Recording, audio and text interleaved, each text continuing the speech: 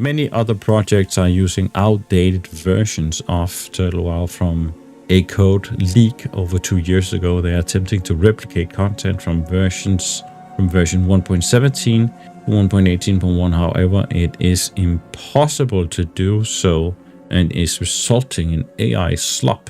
Okay. We, on the other hand, have the original 1.18.1 version ready to go. So they're jabbing at Sand Worlds and Octo Wow for sure with this statement here. The AI slop.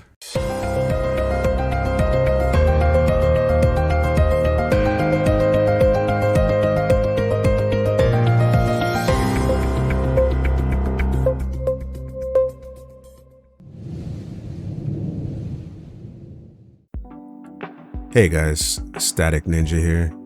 Thank you for tuning in to the Static News Network, where I provide exclusive coverage on anything related to the World of Warcraft private server scene. And today we're going to be discussing the newest Turtle WoW successor project to enter the private server arena. That server is called Ravencraft, which had their official launch on August 22nd of 2026. So let's give Ravencraft a warm round of applause.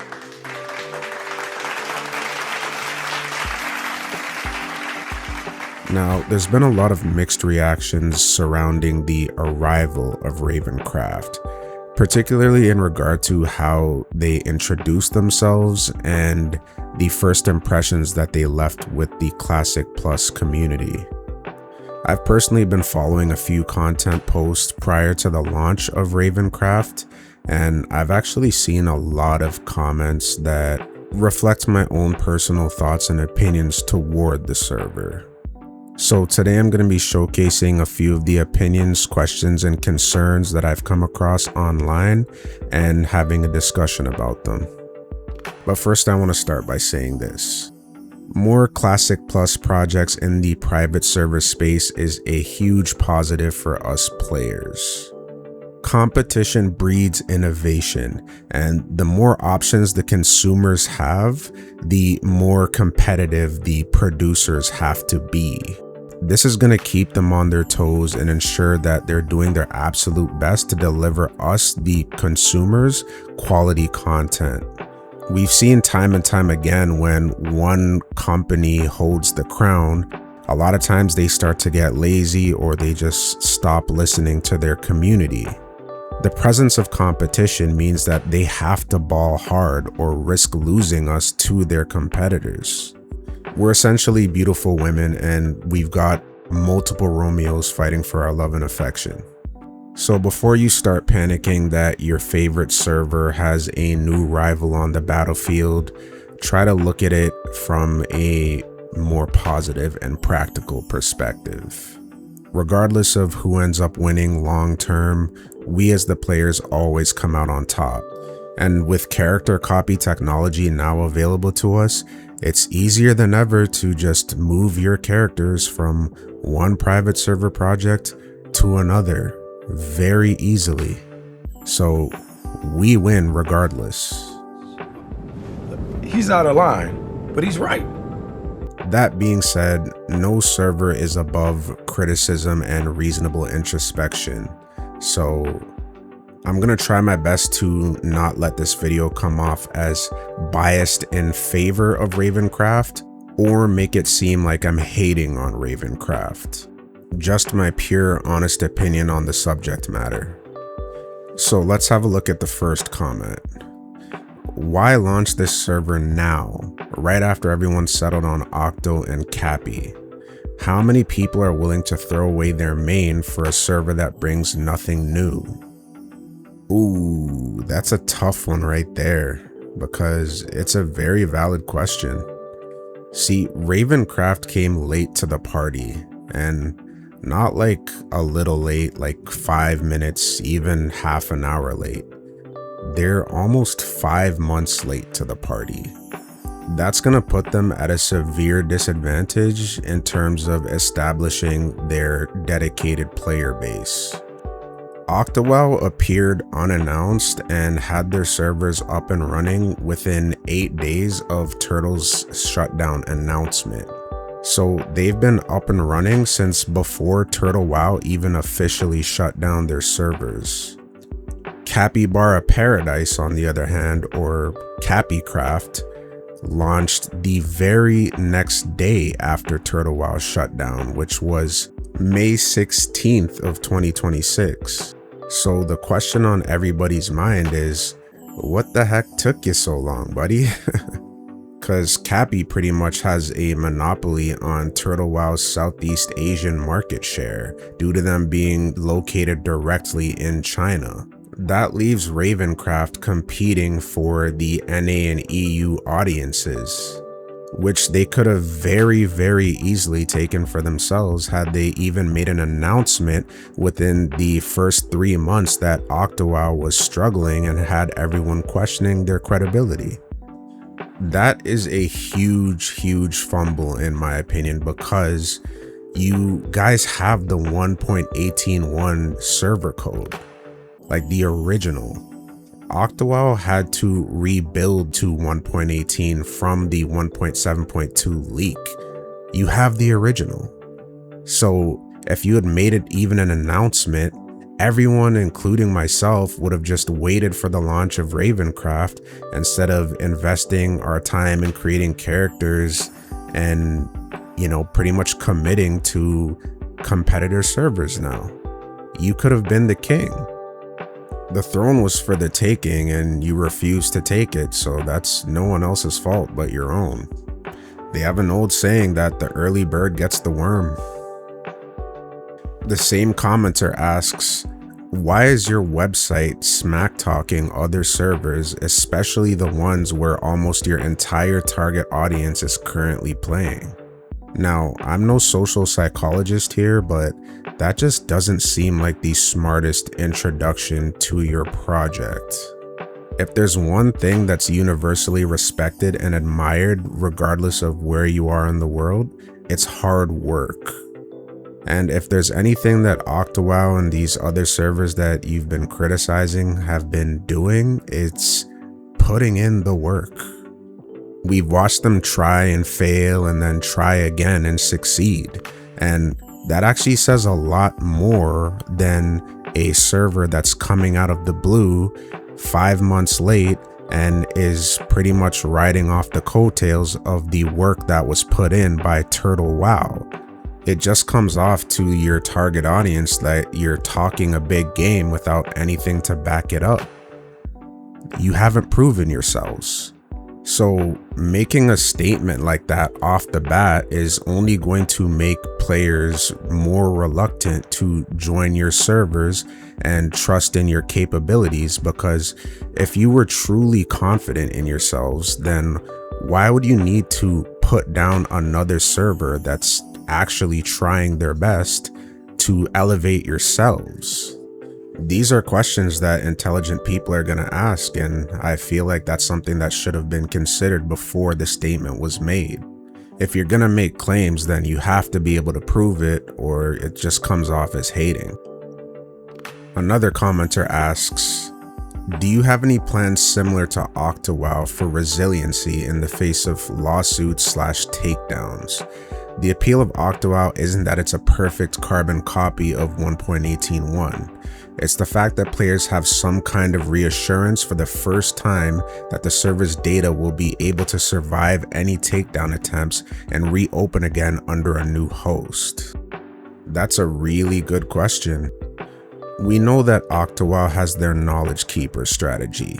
So in the face of potential takedown, 8 different people have access and copies of the server code so that they can get the servers back up and running relatively quickly. Cappycraft is located in China, so unless they make a direct enemy out of NetEase, they're relatively safe. And neither Cappycraft or Octowell have public YouTube channels or public Discords.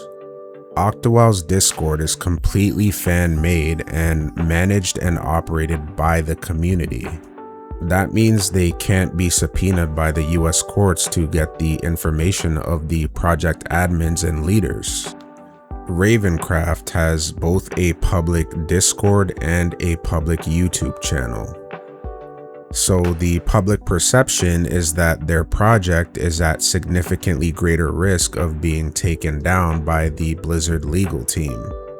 And that is going to deter a lot of players from investing in the Ravencraft project because they have yet to announce a strategy to avoid Blizzard or any type of legal takedown. Now, that's not to say they don't have a viable strategy.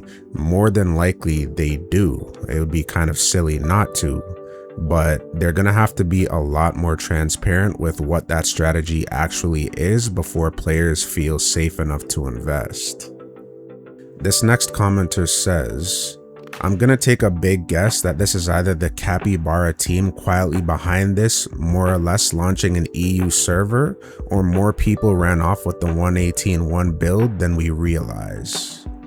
I've also seen people speculating that maybe Shenna and Krog are just relaunching Turtle WoW secretly under a new name. And honestly, I highly doubt any of them are actually true. If the Capybara team was going to open an NA-EU realm, I think they would have announced it because it would have been the safer thing to do. When Capybara first launched, many players had actually suggested that they launch an official EU English realm, but the most they gave players, English-speaking players, was a dedicated English channel, which implied that they were not willing to give people what they were requesting. And the former owners of Turtle WoW are too busy building their new game studio, Moon Whisper Games, and building an MMO from scratch requires an extraordinary amount of time, energy, effort, and resources. They just realistically wouldn't have the capacity to run another Turtle WoW project on the side while that is their main focus. It's more than likely that Ravencraft is being truthful. They likely are being ran by former Turtle WoW devs. However, that doesn't necessarily guarantee their success because it's not about the developers and the talent, it's about the leadership. They have the original 1.18.1 code, but they don't have the original structure that allowed or was conducive to Turtle WoW being as successful as it was. And this is no shade to Ravencraft at all. I don't know how capable their team is. I don't know how much talent they possess, but I do know that Shenna is smart enough to bring all her most talented developers over to Moon Whisper Games. So just because they were former Turtle WoW devs doesn't mean that they were the cream of the crop of developers, and it also doesn't mean that they have the leadership skills required to lead a successful private server project. Whether they're capable enough or not is going to have to be proven with their actions in the coming months, so only time will tell. And we'll do one final comment here that says, Octo has been very good to its community so far, giving us character exports, fixing bugs, addressing our problems, and setting itself up in a way that might provide safety against Blizzard. If you want its people, you have to go the extra mile to prove you're worth it. I couldn't agree with that last sentence more. Octo WoW has done a fantastic job so far at proving their competence. They've shown that they're capable and they've shown that they're reliable. They've also done an amazing job at expanding and innovating Turtle's 1.18.1 patch. They've introduced new leveling challenges. They've reverted unpopular changes made by the Turtle WoW team, such as the War Mode challenge. Turtle WoW had nerfed the experience gain from War Mode down to 5% in 1.18.1, and Octo WoW reverted it back to 20%. They've also reverted tent XP because Turtle WoW made it so that you could only gain rested XP at inns, where Octo gave us the decision to choose tents or inns. They've expanded the quest log limitation up to 25 quests, which we were originally told couldn't be done. They don't punish gold sellers and gold buyers in secret. They publicly humiliate them by listing their character names and offenses on the forums, so people will know that that behavior is not tolerated. And most importantly, they've given us a way to copy and preserve our characters and grant us peace of mind, so that way we know that we're secure in the face of a potential takedown or forceful relocation. Both OctoWow and Capicraft provide a level of safety and security and give players a reason to choose them over alternative options. So it's more than fair for players to ask what Ravencraft is bringing to the table and why they should invest in their product over their competitors. But even though Ravencraft is off to a fairly rough start, it doesn't mean it's over for them. Just like OctoWow re-established trust in the community and earned their reputation, Ravencraft can do the same. But competition is stiff in this sector of the private server space, so Ravencraft is gonna have to bring the heat if they want to be successful. That being said, myself and many other players are wishing them the best of luck and long-term success in the future. I will be providing a link to their website and Discord if you wish to sign up and try their server out for yourself. But that just about wraps it up for this episode of the Static News Network. Hit that like button, subscribe if you haven't already, and thanks for watching.